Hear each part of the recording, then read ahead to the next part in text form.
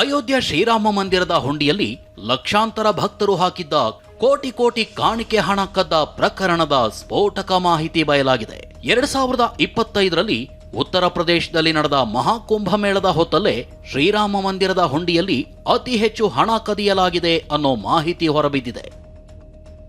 2025ರಲ್ಲಿ ಉತ್ತರ ಪ್ರದೇಶದ ಪ್ರಯಾಗ್ರಾಜ್ನಲ್ಲಿ ಮಹಾಕುಂಭಮೇಳ ನಡೆದಿದ್ದು, ತ್ರಿವೇಣಿ ಸಂಗಮದಲ್ಲಿ ಬರೋಬ್ಬರಿ 66 ಕೋಟಿ ಭಕ್ತರು ಮಿಂದೆದ್ದಿದ್ರು. ಇದೇ ವೇಳೆ ಅಯೋಧ್ಯೆಯ ರಾಮ ಮಂದಿರಕ್ಕೆ ಪ್ರತಿದಿನ ಲಕ್ಷ ಲಕ್ಷ ಭಕ್ತರು ಭೇಟಿ ಕೊಟ್ಟು ಕೋಟ್ಯಾಂತರ ಹಣ ಹುಂಡಿಗೆ ಹಾಕ್ತಿದ್ರು. ಹೀಗೆ ಭಾರಿ ಭಕ್ತರಿರುವಾಗಲೇ ಅತಿ ಹೆಚ್ಚು ಹಣ ಲೂಟಿ ಮಾಡಲಾಗಿದೆ.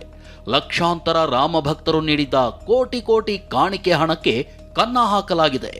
ಇದರಲ್ಲಿ ಲವಕುಶ್ ಮಿಶ್ರಾ ಮತ್ತು ಅನುಕಲ್ಪ್ ಮಿಶ್ರಾ ಸೇರಿ 8 ಜನರಿಂದ ಭಾರಿ ಲೂಟಿಯಾಗಿದೆ. ತನಿಖೆ ವೇಳೆ ಲವಕುಶ್ ಮಿಶ್ರಾ, ಅನುಕಲ್ಪ್ ಮಿಶ್ರಾ ಬಳಿ ಅಪಾರ ಆಸ್ತಿ, ಹಣ ಪತ್ತೆಯಾಗಿದೆ. ಇನ್ನು ಟ್ರಸ್ಟಿಯಾಗಿದ್ದ ಅನಿಲ್ ಮಿಶ್ರಾ ತಮಗೆ ಬೇಕಾದ 125ಕ್ಕೂ ಹೆಚ್ಚು ಜನರನ್ನ ದೇವಸ್ಥಾನದ ಸಿಬ್ಬಂದಿಯಾಗಿ ನೇಮಿಸಿಕೊಂಡಿದ್ದ.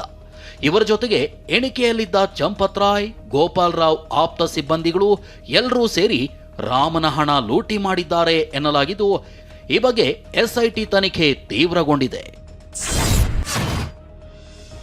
ಅಯೋಧ್ಯೆ ಶ್ರೀರಾಮ ಮಂದಿರದ ದೇಣಿಗೆಯನ್ನೇ ಕದ್ದ ಪ್ರಕರಣದಲ್ಲಿ ಬಂಧನವಾಗಿರೋ ಆರೋಪಿಗಳ ಪೈಕಿ ಒಬ್ಬ ಆರೋಪಿ ಸ್ಫೋಟಕ ಸತ್ಯ ಬಾಯ್ಬಿಟ್ಟಿದ್ದಾನೆ. 8 ಆರೋಪಿಗಳ ಪೈಕಿ ಕಳ್ಳತನದ ಬಗ್ಗೆ ಅವಿನಾಶ್ ಶುಕ್ಲಾ ಬಾಯ್ಬಿಟ್ಟಿದ್ದಾನೆ.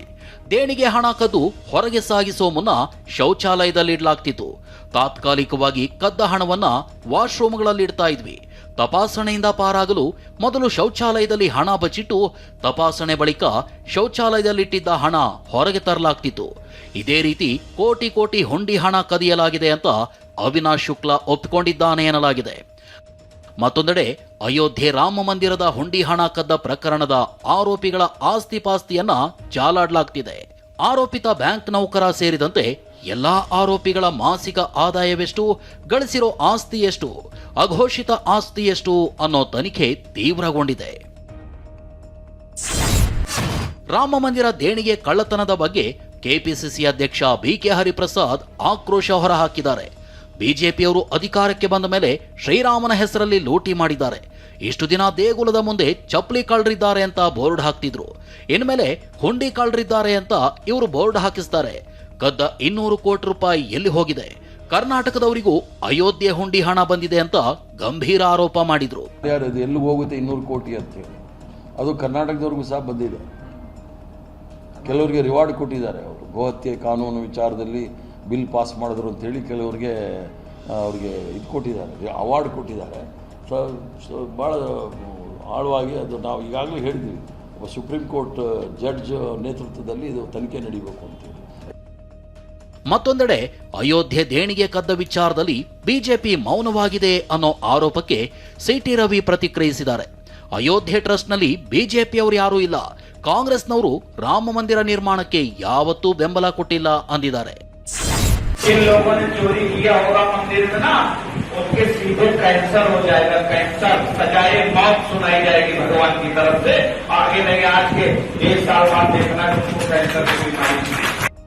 ಯಾರ್ಯಾರು ರಾಮ ಮಂದಿರದಲ್ಲಿ ಭಕ್ತರ ದೇಣಿಗೆ ಹಣ ಕದ್ದಿದ್ದಾರೋ ಅವರೆಲ್ಲರೂ ಕ್ಯಾನ್ಸರ್ ಬಂದು ನರಳಿ ಸಾಯ್ತಾರೆ.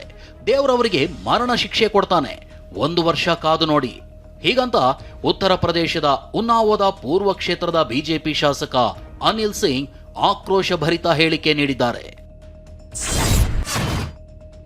ಬೆಂಗಳೂರಿನಲ್ಲಿ ಫುಟ್ಪಾತ್ ಒತ್ತುವರಿ ತೆರವು ಕಾರ್ಯಾಚರಣೆ ಆರಂಭವಾಗಿದ್ದು, ಮೆಜೆಸ್ಟಿಕ್ ಸುತ್ತಮುತ್ತ ಜಿಬಿಎ ಅಧಿಕಾರಿಗಳು ಕಾರ್ಯಾಚರಣೆ ಆರಂಭಿಸಿದ್ರು.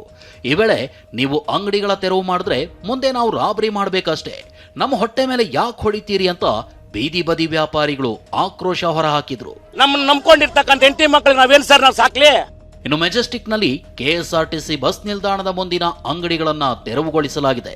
ಜೊತೆಗೆ ರೈಲ್ವೆ ನಿಲ್ದಾಣದ ಬಳಿ ಶೌಚಾಲಯದ ಪಕ್ಕದಲ್ಲೇ ಕ್ಯಾಂಟೀನ್ ಮಾಡಿಕೊಂಡಿದ್ದ ಸಂಪೂರ್ಣ ಅಂಗಡಿ ನೆಲಸಮ ಮಾಡಲಾಯಿತು.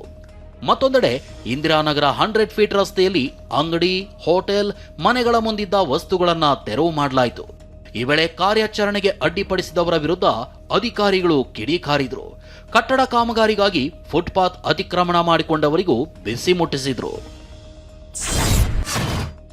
ಬೆಂಗಳೂರಿನ 5 ಪಾಲಿಕೆ ವ್ಯಾಪ್ತಿಯಲ್ಲಿ ಫುಟ್ಪಾತ್ ಒತ್ತುವರಿ ತೆರವು ಕಾರ್ಯ ನಡೆದಿದ್ದು ಜೆಸಿಬಿ ಗರ್ಜಿಸಿದೆ.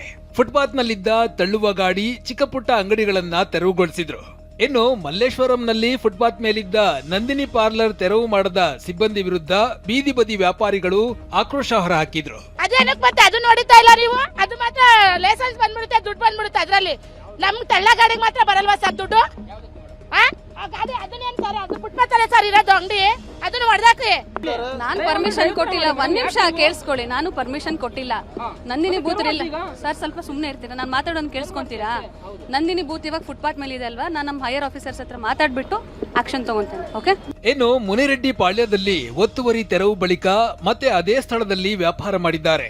ನಾವು ಇಲ್ಲೇ ಸಾಯುತ್ತೇವೆ, ಬೇರೆ ಕಡೆ ಹೋಗಲ್ಲ ಅಂತ ಬೀದಿ ಬದಿ ವ್ಯಾಪಾರಿಗಳು ಪಟ್ಟು ಹಿಡಿದಿದ್ದಾರೆ. ಮತ್ತೆ ಏನಾರ ಬರ್ತಾರ ಅಂತ ನಾವು 50,000 ಮೇಲೆ ಐಟಮ್ ಹಾಕಿದ್ವಿ. ನಾವು ಇವಾಗ ಹೆಂಗ್ ಖಾಲಿ ಮಾಡೋದು? ರಾತ್ರಿ ಹೆಂಗ್ ಊಟ ತಿನ್ನೋಣ? ನಾವು ಹೋಗಿ ನಾನು ಸಾಲ ತಗೋ ಬಂದಿರೋದು. ರಾಜ್ಯದ 5 ಎಸ್ಕಾಂಗಳ ವ್ಯಾಪ್ತಿಯಲ್ಲಿ ಗೃಹಜ್ಯೋತಿ ಫಲಾನುಭವಿಗಳ ದಾಖಲೆ ಪರಿಶೀಲನೆ ಆರಂಭವಾಗಿದೆ. ಹುಬ್ಬಳ್ಳಿ ಸೇರಿದಂತೆ ಹಲವು ಜಿಲ್ಲೆಗಳಲ್ಲಿ ಮನೆ ಮನೆಗೆ ಭೇಟಿ ನೀಡಿದ್ದ ಮೀಟರ್ ರೀಡರ್ಗಳು ಮತ್ತು ಸಿಬ್ಬಂದಿ ಫಲಾನುಭವಿಗಳ ದಾಖಲೆಯನ್ನ ಪರಿಶೀಲಿಸಿದ್ರು. ಹುಬ್ಬಳ್ಳಿ ಹೆಸ್ಕಾಂ ವ್ಯಾಪ್ತಿಯ ಎಲ್ಲ ಜಿಲ್ಲೆಗಳು ಕೂಡ ಇದೀಗ ಪುನರ್ ಪರಿಶೀಲನೆ ಆರಂಭವಾಗಿರುವಂಥದ್ದು. ಇದೀಗ ಸ್ವತಃ ಹೆಸ್ಕಾಂ MD ಅವರು ಆಗಮಿಸಿ ಒಂದು ಪರಿಶೀಲನೆ ಮಾಡುವಂಥ ಒಂದು ಕೆಲಸವನ್ನ ಮಾಡ್ತಾ ಇರುವಂಥದ್ದು. ಆ್ಯಪ್ ಮೂಲಕ ಮತ್ತು ಅದ್ರ ಜೊತೆಗೆ ಫಾರ್ಮ್ಯಾಟ್ ಇದೆ, ಅದರಲ್ಲೂ ಕೂಡ ಮಾಹಿತಿಯನ್ನು ಸಂಗ್ರಹಿಸ್ತೇವೆ. ಇದರ ಉದ್ದೇಶ ಹೆಚ್ಚುವರಿ ದಾಖಲೆಗಳನ್ನು ಮತ್ತು ಮಾಹಿತಿಗಳನ್ನು ಸಂಗ್ರಹಿಸಿ ವ್ಯಾಲಿಡೇಷನ್ ಮಾಡೋ ಒಂದು ಕಾರ್ಯಕ್ರಮ ಇದು. 2 ತಿಂಗಳ ಕಾಲ ನಡೆಯುವ ಪುನರ್ ಪರಿಶೀಲನಾ ಕಾರ್ಯದಲ್ಲಿ ಮೀಟರ್ ರೀಡರ್ಗಳು ಮತ್ತು ಸಿಬ್ಬಂದಿ ಮನೆ ಮನೆಗೆ ಭೇಟಿ ನೀಡಿ ಫಲಾನುಭವಿಗಳ ಬಳಿ ದಾಖಲೆ ಪಡೆದು ಸೇವಾ ಸಿಂಧು ತಂತ್ರಾಂಶದಲ್ಲಿ ಸಂಗ್ರಹಿಸಲಿದ್ದಾರೆ. ಇನ್ನು ಫಲಾನುಭವಿಗಳು ಪಡಿತರ ಚೀಟಿ, ಮತದಾರರ ಗುರುತಿನ ಚೀಟಿ ಮತ್ತು ಅರ್ಜಿದಾರರ ಭಾವಚಿತ್ರ, ಜಾತಿ ಪ್ರಮಾಣ ಪತ್ರ, ವೃತ್ತಿ ವಿವರ ಮತ್ತು ಆದಾಯ ತೆರಿಗೆ ಪಾವತಿದಾರ ಆಗಿದ್ದಲ್ಲಿ ಪಾನ್ ಕಾರ್ಡ್ ಸಲ್ಲಿಸಬೇಕಾಗಿದೆ. ಮನೆ ಭೇಟಿಯ ಸಂದರ್ಭದಲ್ಲಿ ಫಲಾನುಭವಿಗಳಿಂದ ಜಾತಿ ಪ್ರಮಾಣ ಪತ್ರ ಯಾಕೆ ಬೇಕು ಅಂತ ವಿಪಕ್ಷ ನಾಯಕ ಆರ್ ಅಶೋಕ್ ಎಕ್ಸ್ ಖಾತೆಯಲ್ಲಿ ಪ್ರಶ್ನಿಸಿದ್ದಾರೆ. ಇದಕ್ಕೆ ಸ್ಪಷ್ಟನೆಯನ್ನ ನೀಡಿದ ಸಚಿವ ಕೆಜೆ ಜಾರ್ಜ್, ಗೃಹಜ್ಯೋತಿ ಯೋಜನೆಯಲ್ಲಿ ಪರಿಷ್ಕರಣೆ ಮಾಡಲಾಗ್ತಿಲ್ಲ, ಫಲಾನುಭವಿಗಳ ಮಾಹಿತಿಯನ್ನ ಸಂಗ್ರಹಿಸ್ತಾ ಇದ್ದೇವೆ ಅಷ್ಟೇ. ಯೋಜನೆಯ ಫಲಾನುಭವಿಗಳಿಗೆ ಯೋಜನೆ ಮುಂದುವರಿಯಲಿದೆ ಅಂದ್ರು. ಇನ್ನು ಜಾತಿ ಪ್ರಮಾಣ ಪತ್ರ ಬೇಡ ಅಂತ ಸಚಿವ ಹೇಳಿದ್ದಾರೆ. ಪರಿಷ್ಕರಣೆ ಇಲ್ಲ, ಗೃಹ ಜ್ಯೋತಿಯಲ್ಲಿ ಎಲ್ಲ ಡೀಟೇಲ್ಸ್ ತಗೊಳ್ತಾ ಇದೀವಿ. ಅದು ಅರ್ಹರಲ್ಲದ ಯಾರ ಇದ್ಬಿಟ್ಟು ಅವ್ರದ್ದು ಮಾತ್ರ ಇದು ಮಾಡ್ತೀವಿ. ಅರ್ಹರಿಗೆ ಯಾರೆಲ್ಲ ಅರ್ಹರಿದ್ದಾರೆ, ಎಲಿಜಿಬಿಲಿಟಿ ಇದ್ದಾರೆ ಅದ್ರ ಪಕ್ಕ ಅವ್ರಿಗೆ ಕೊಡ್ತೀವಿ. ಜಾತಿ ಪತ್ರ ಕೊಡಬೇಕು, ನೋಡಿ ಜಾತಿ ಪತ್ರ ಕೊಡ್ಬೇಕು, ಜಾತಿ ಹೆಸರು ಬಂದರೆ ಸಾಕು. ಜಿಬಿಎ ವ್ಯಾಪ್ತಿಯಲ್ಲಿ ಎಸ್ಐಆರ್ಗೆ ಭರ್ಜರಿ ರೆಸ್ಪಾನ್ಸ್ ಸಿಕ್ಕಿದೆ. ಮಂಗಳವಾರ ಒಂದೇ ದಿನ ಮತದಾರರ ಪಟ್ಟಿ ಪರಿಷ್ಕರಣೆಯಲ್ಲಿ 60,000 ಜನ ಭಾಗಿಯಾಗಿದ್ದಾರೆ. ಇನ್ನು ಸಚಿವ MB ಪಾಟೀಲ್ ಫಾರಂ ಪರಿಶೀಲಿಸಿ ಸಹಿ ಹಾಕಿದ್ರು. ಅತ್ತ ಬೆಳಗಾವಿಯಲ್ಲಿ MES ಪುಂಡರು ಮರಾಠಿ ಅರ್ಜಿ ಕೊಡಿ ಅಂತ ಕಿರಿಕ್ ತೆಗೆದಿದ್ದಾರೆ. ಇನ್ನು ಮತದಾರರ ಪಟ್ಟಿಯಲ್ಲಿ ಇರೋದು ಪ್ರತಿಯೊಬ್ಬ ಮತದಾರರ ಹಕ್ಕು ಎಂದಿರುವ ಕೆಪಿಸಿಸಿ ಅಧ್ಯಕ್ಷ BK ಹರಿಪ್ರಸಾದ್, ಗೃಹಜ್ಯೋತಿ ಫಲಾನುಭವಿಗಳ ಪರಿಶೀಲನೆಯನ್ನ ನಡೆಸ್ತಾ ಇದ್ದೇವೆ, ಇದರಿಂದ ಯಾರು SIRನಲ್ಲಿ ಕೈ ಬಿಡ್ತಾರೆ ಅನ್ನೋದು ಗೊತ್ತಾಗುತ್ತೆ, ಜೊತೆಗೆ ಅರ್ಹ ಫಲಾನುಭವಿಗಳು ಯಾರೆಂದು ಗೊತ್ತಾಗುತ್ತೆ. ನಮ್ಮ ಸರ್ಕಾರ ಡಬಲ್ ಚೆಕ್ ಮಾಡ್ತಿದೆ ಅಂದ್ರು. ನಮಗೆ ಗ್ಯಾರಂಟಿ ಬರ್ತಾ ಇದೆ, ನಮ್ಮ ಹೆಸರು ಇದೆ ಅಂತೇಳಿ ಮೈ ಮರೆತು ಮನೇಲಿ ಕೂತ್ರೆ ಇವರು ಮತದಾರ ಪಟ್ಟಿಯಿಂದ ಹೆಸರು ತೆಗಿತಾರೆ. SIR ಅಲ್ಲಿ ಅವ್ರು ಮಾಡ್ತಕ್ಕಂಥದ್ದು ಅವ್ರು ಯಾರು ಕೈ ಬಿಡ್ತಾರೆ ಅದನ್ನು ನಾವು ನೋಡಬೇಕಾಗತ್ತೆ. ಅವರು ಫಲಾನುಭವಿಗಳ ಅಲ್ವಾ ಅನ್ನೋದು ನೋಡಬೇಕಾಗತ್ತೆ. ಆದ್ದರಿಂದ ಅದು ಡಬಲ್ ಕೆಲಸ ನಾವು ಸರ್ಕಾರದಿಂದ ಮಾಡ್ತಾ ಇದ್ದೀವಿ. ಭಾರತದ ಈಶಾನ್ಯ ಭಾಗದಲ್ಲಿ ಭಾರಿ ಮಳೆಯಿಂದಾಗಿ ಅಸ್ಸಾಂನಲ್ಲಿ ಪ್ರವಾಹ ಪರಿಸ್ಥಿತಿ ನಿರ್ಮಾಣವಾಗಿದೆ. ನೆರೆಯ ರಾಜ್ಯ ಅರುಣಾಚಲ ಪ್ರದೇಶ ಹಾಗೂ ಅಸ್ಸಾಂ ಗಡಿ ಪ್ರದೇಶದಲ್ಲಿ ಸುರಿದ ಭಾರೀ ಮಳೆಯಿಂದಾಗಿ ಬ್ರಹ್ಮಪುತ್ರ ಹಾಗೂ ಉಪನದಿಗಳ ಹರಿವು ಅಪಾಯದ ಮಟ್ಟ ಮೀರಿದೆ.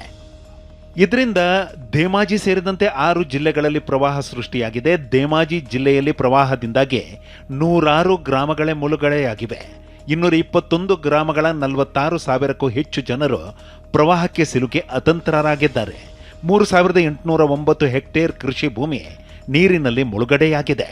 ಇತ್ತ ವರುಣಾರ್ಭಟಕ್ಕೆ ಸಿಕ್ಕು ನಲುಗಿದ ಅರುಣಾಚಲ ಪ್ರದೇಶದಲ್ಲಿ ಕೇಂದ್ರ ಸಚಿವರಾದ ಕಿರಣ್ ರಿಜಿಜು ಮತ್ತು ಶಿವರಾಜ್ ಸಿಂಗ್ ಚೌಹಾಣ್ ಪರಿಶೀಲನೆ ನಡೆಸಿದ್ದಾರೆ. ಉಡುಪಿ ಸೇರಿ ಕರಾವಳಿ ಭಾಗಕ್ಕೆ ಗುರುವಾರ ಮಳೆ ಆರ್ಭಟ ಅಪ್ಪಳಿಸಲಿದ್ದು ರೆಡ್ ಅಲರ್ಟ್ ಘೋಷಿಸಲಾಗಿದೆ. ಜುಲೈ 2 ಮತ್ತು 3ರಂದು ಭಾರೀ ಮಳೆಯ ಮುನ್ಸೂಚನೆ ನೀಡಿರುವ ರಾಜ್ಯ ಹವಾಮಾನ ಇಲಾಖೆ ಮೀನುಗಾರರು ಸಮುದ್ರಕ್ಕೆ ಇಳಿಯದಂತೆ ಸೂಚಿಸಿದೆ. ಗುಡುಗು ಸಹಿತ ಭಾರೀ ಮಳೆಯಾಗುವ ಜೊತೆಗೆ ಅರಬ್ಬಿ ಸಮುದ್ರದಲ್ಲಿ ಅಲೆಗಳ ಅಬ್ಬರ ಹೆಚ್ಚಾಗುವ ಸಾಧ್ಯತೆ ಇದೆ. ಹೀಗಾಗಿ ಸಮುದ್ರ ತೀರದ ನಿವಾಸಿಗಳು ಮುನ್ನೆಚ್ಚರಿಕೆ ವಹಿಸಲು ಸೂಚಿಸಿ ಹೈ ಅಲರ್ಟ್ ಘೋಷಿಸಲಾಗಿದೆ. ಮಧ್ಯಪ್ರಾಚ್ಯ ಸಂಘರ್ಷದಿಂದಾಗಿ ದುಬಾರಿಯಾಗಿದ್ದ ಎಲ್ಪಿಜಿ ದರ ಇಳಿಕೆಯಾಗಿದೆ. ಕೇಂದ್ರ ಸರ್ಕಾರ 19 ಕೆಜಿ ಕಮರ್ಷಿಯಲ್ ಎಲ್ಪಿಜಿ ದರವನ್ನು ₹183 ಇಳಿಕೆ ಮಾಡಿದೆ. ಬೆಂಗಳೂರಿನಲ್ಲಿ 19 ಕೆಜಿ ಕಮರ್ಷಿಯಲ್ ಎಲ್ಪಿಜಿ ದರ ₹177 ಇಳಿಕೆಯಾಗಿದೆ. ಇನ್ನು ಆಟೋ ಚಾಲಕರಿಗೂ ಕೇಂದ್ರ ಸರ್ಕಾರ ಗುಡ್ ನ್ಯೂಸ್ ನೀಡಿದೆ. ಪ್ರತಿ ಲೀಟರ್ ಆಟೋ ಎಲ್ಪಿಜಿ ದರವನ್ನು ₹10 ಇಳಿಕೆ ಮಾಡಲಾಗಿದೆ. ಈ ಹಿಂದೆ ₹95 ಇದ್ದ 1 ಲೀಟರ್ ಆಟೋ ಎಲ್ಪಿಜಿ ಇದೀಗ ₹85 ಇಳಿಕೆಯಾಗಿದೆ. ಯುದ್ಧ ಆರಂಭಕ್ಕೂ ಮುನ್ನ ಪ್ರತಿ ಲೀಟರ್ ಆಟೋ ಎಲ್ಪಿಜಿ ದರ ಲೀಟರ್ಗೆ ₹56 ಇತ್ತು. ಇತ್ತ ಖಾಸಗಿ ಇಂಧನ ಪೂರೈಕೆ ಸಂಸ್ಥೆ ನಯಾರಾ ಎನರ್ಜಿ ಪ್ರತಿ ಲೀಟರ್ ಪೆಟ್ರೋಲ್ ಬೆಲೆಯನ್ನ ₹5 ಇಳಿಕೆ ಮಾಡಿದೆ. ಡೀಸೆಲ್ ಬೆಲೆಯನ್ನ ₹3 ಇಳಿಕೆ ಮಾಡಿದೆ. ಜುಲೈ 1ರಿಂದ ಹೊಸ ದರ ಜಾರಿಯಾಗಿದೆ.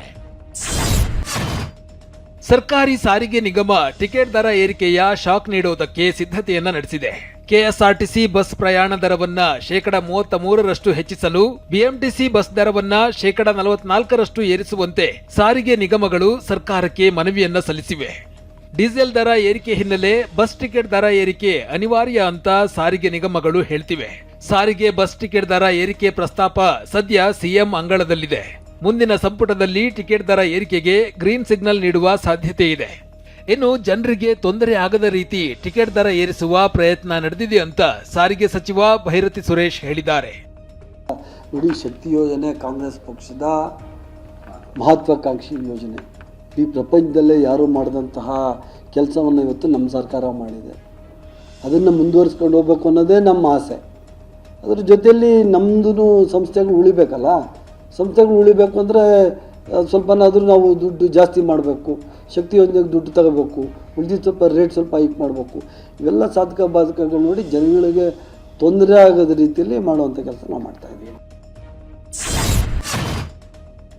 ಜಿಬಿಎ ಚುನಾವಣಾ ಬಿಜೆಪಿ ಉಸ್ತುವಾರಿ ರಾಮ್ ಮಾಧವ್ ಪಾಕಿಸ್ತಾನದ ಉನ್ನತ ಅಧಿಕಾರಿಗಳ ಜೊತೆ ಸಭೆ ನಡೆಸಿದ್ದಾರೆ. ಕೊಲಂಬೋ ಹಾಗೂ ಲಂಡನ್ನಲ್ಲಿ 4 ಸಭೆಗಳನ್ನ ಮಾಡಿದ್ದಾರೆ. ಪಾಕ್ ಐಎಸ್ಐ ಮಾಜಿ ಮೇಜರ್ ಜನರಲ್ ಜೊತೆ ರಹಸ್ಯ ಸಭೆ ನಡೆಸಿದ್ದಾರೆ ಅಂತ ಕೆಪಿಸಿಸಿ ಅಧ್ಯಕ್ಷ ಬಿಕೆ ಹರಿಪ್ರಸಾದ್ ಗಂಭೀರ ಆರೋಪ ಮಾಡಿದ್ದಾರೆ. ಹಿಲ್ಟನ್ ಹೋಟೆಲಲ್ಲಿ ಪಾಕಿಸ್ತಾನದ ಉನ್ನತ ಅಧಿಕಾರಿಗಳು, ಅದರಲ್ಲಿ ಐಎಸ್ಐ ಅಂತ ಇದೆ, ಮೋಸ್ಟ್ ಡೇಂಜರಸ್ ಆರ್ಗನೈಸೇಷನ್ ಅದರ ಮೇಜರ್ ಜನರಲ್ ಜೊತೆ ಇವರು ಮಾತುಕತೆ ನಡೆಸಿದ್ದಾರೆ. 4 ಮಾತುಕತೆ ನಡೆಸಿದ್ದಾರೆ, ಗುಪ್ತವಾಗಿ, ಗೌಪ್ಯವಾಗಿ. ಯಾಕಂದ್ರೆ ಅವ್ರ ಸಂಘಟನೆ ಅಷ್ಟೇ ಗುಪ್ತ ಕಾರ್ಯಸೂಚಿಗಳಿರ್ತಕ್ಕಂಥ ಹಿಡನ್ ಅಜೆಂಡಾ ಇರ್ತಕ್ಕಂಥವ್ರು. ಅದರ ಒಂದು ಹೋಟ್ಲಲ್ಲಿ ಮಾಡೋದು 4, ಅದು ಕೊಲಂಬೋದಲ್ಲಿ. ಇಂಡಿಯಾದಲ್ಲಿ ಮಾಡಿದ್ರೆ ಪರವಾಗಿರ್ಲಿಲ್ಲ, ಕೊಲಂಬೋದಲ್ಲಿ ಶ್ರೀಲಂಕಾಗೂ ಮಾಡಿದ್ದಾರೆ. ಅದೇನ್ ಮಾತಾಡಿದ್ದಾರೆ ಅನ್ನೋದು ಹೇಳಿ ಸ್ವಲ್ಪ. ಅದರಲ್ಲಿ ಅವ್ರ ಗುರುಗಳಾದ ಮೋಹನ್ ಭಾಗವತ್ ಅವರು ಹೇಳಿದ್ದಾರೆ, ಪಾಕಿಸ್ತಾನ ಜೊತೆ ನಾವು ಮಾತಾಡೋದ್ರೆ ಏನು ತಪ್ಪಿಲ್ಲ ಅಂತ. ನಾನೇನಾದ್ರೂ ಮಾತಾಡಿದ್ರೆ ಅಂತ 2 ವರ್ಷ ನನ್ನ ಹಿಂದೆ ಬಿಟ್ಬಿಟ್ಟಿದ್ದೆ. ಬುಧವಾರದಿಂದ ರಾಜ್ಯದಲ್ಲಿ ವಿಬಿಜಿ ರಾಮ್ಜಿ ಕಾಯ್ದೆ ಅಂದರೆ ವಿಕಸಿತ ಭಾರತ ರೋಜ್ಗಾರ್ ಮತ್ತು ಆಜೀವಿಕಾ ಮಿಷನ್ 2025 ಜಾರಿ ಮಾಡಲಾಗಿದೆ. ಮಹಾತ್ಮ ಗಾಂಧಿ ರಾಷ್ಟ್ರೀಯ ಗ್ರಾಮೀಣ ಉದ್ಯೋಗ ಖಾತರಿ ಕಾಯ್ದೆ ಹೆಸರಿನಲ್ಲಿ ಮಹಾತ್ಮ ಗಾಂಧಿ ಹೆಸರು ಬದಲಿಸಿ ರದ್ದುಗೊಳಿಸಿ ಕೇಂದ್ರ ಸರ್ಕಾರ ವಿಬಿಜಿ ರಾಮ್ಜಿ ಕಾಯ್ದೆ 2025 ಜಾರಿಗೆ ತಂದಿದೆ. ಇದರಿಂದಾಗಿ ಇದರ ಜಾರಿಯಿಂದ ಕೇಂದ್ರ ಸರ್ಕಾರ ಮತ್ತು ರಾಜ್ಯ ಸರ್ಕಾರದ ಅನುದಾನದಲ್ಲಿ ಬದಲಾವಣೆಯಾಗಲಿದೆ. ಹಳೆಯ ಯೋಜನೆಯಲ್ಲಿ 90-10 ಅನುಪಾತದಲ್ಲಿ ವೆಚ್ಚ ಹಂಚಿಕೆಯಾಗ್ತಿತ್ತು. ಈಗ 60-40 ಅನುಪಾತ ಜಾರಿ ಮಾಡಲಾಗಿದೆ. ಈ ಹಿಂದೆ ಕೇಂದ್ರ ಸರ್ಕಾರ %90 ಅನುದಾನ ನೀಡುತ್ತಿತ್ತು. ರಾಜ್ಯ ಸರ್ಕಾರಗಳು %10 ಅನುದಾನ ಭರಿಸುತ್ತಿತ್ತು. ಇದೀಗ ಕೇಂದ್ರ ಸರ್ಕಾರ %60, ರಾಜ್ಯ %40 ಅನುದಾನ ಭರಿಸಬೇಕು. ಹಿಂದೆ ವರ್ಷಕ್ಕೆ ಕನಿಷ್ಠ 100 ದಿನ ಉದ್ಯೋಗ ನೀಡಲಾಗ್ತಿತ್ತು. ಈಗ ವರ್ಷಕ್ಕೆ ಕನಿಷ್ಠ 125 ದಿನ ಉದ್ಯೋಗ ನೀಡಬೇಕಿದೆ. ಇನ್ನು ಹೊಸ ಯೋಜನೆಯಿಂದ ಪಾರದರ್ಶಕತೆಗಾಗಿ ಬಯೋಮೆಟ್ರಿಕ್ ಹಾಜರಾತಿ ಕಡ್ಡಾಯಗೊಳಿಸಲಾಗಿದೆ. ಜಿಪಿಎಸ್ ಮೇಲ್ವಿಚಾರಣೆ ಮತ್ತು ಎಐ ಆಧಾರಿತ ತಪಾಸಣೆ ಕಡ್ಡಾಯವಾಗಿದೆ. ಕೆಲಸ ಕೇಳಿದ 15 ದಿನಗಳಲ್ಲಿ ಉದ್ಯೋಗ ನೀಡದಿದ್ದರೆ ರಾಜ್ಯ ಸರ್ಕಾರಗಳು ಕಡ್ಡಾಯವಾಗಿ ನಿರುದ್ಯೋಗ ಭತ್ಯೆ ನೀಡಬೇಕಿದೆ. ಆನ್ಲೈನ್ ಹೇಟ್ ಸ್ಪೀಚ್ ಹಾಗೂ ಅಸಭ್ಯ ಕಾಮೆಂಟ್ಗಳ ಬಗ್ಗೆ ಆಂಧ್ರ ಡಿಸಿಎಂ ಪವನ್ ಕಲ್ಯಾಣ್ ಗರಂ ಆಗಿದ್ದಾರೆ. ಮತ್ತೊಬ್ಬರನ್ನ ಸುಖ ಸುಮ್ಮನೆ ಟ್ರೋಲ್ ಮಾಡುವುದು, ಅಸಹ್ಯಕರ ಕಮೆಂಟ್ಸ್ಗಳ ಮೂಲಕ ಸೈಬರ್ ಕಿರುಕುಳ ಹೆಚ್ಚಾಗುತ್ತಿದೆ. ವಾಕ್ ಸ್ವಾತಂತ್ರ್ಯ ಅಂದ್ರೆ ಮತ್ತೊಬ್ಬರನ್ನ ಹೀಯಾಳಿಸುವುದು, ದೂಷಿಸುವುದು, ಟ್ರೋಲ್ ಮಾಡುವುದಲ್ಲ. ಇವೆಲ್ಲ ವಾಕ್ ಸ್ವಾತಂತ್ರ್ಯದ ಅಡಿಯಲ್ಲಿ ಬರುವುದಿಲ್ಲ. ಹೀಗಾಗಿ ಈ ರೀತಿ ಮಾಡಿದವರ ವಿರುದ್ಧ ಕ್ರಮ ಕೈಗೊಳ್ಳುವುದಾಗಿ పవన్ కళ్యాణ్ హెచ్చరిస్తారు. మరొకరు ఉల్లంఘించే స్థాయికి వెళ్ళినప్పుడు చట్టపరమైన పరిణామాలు తప్పవు.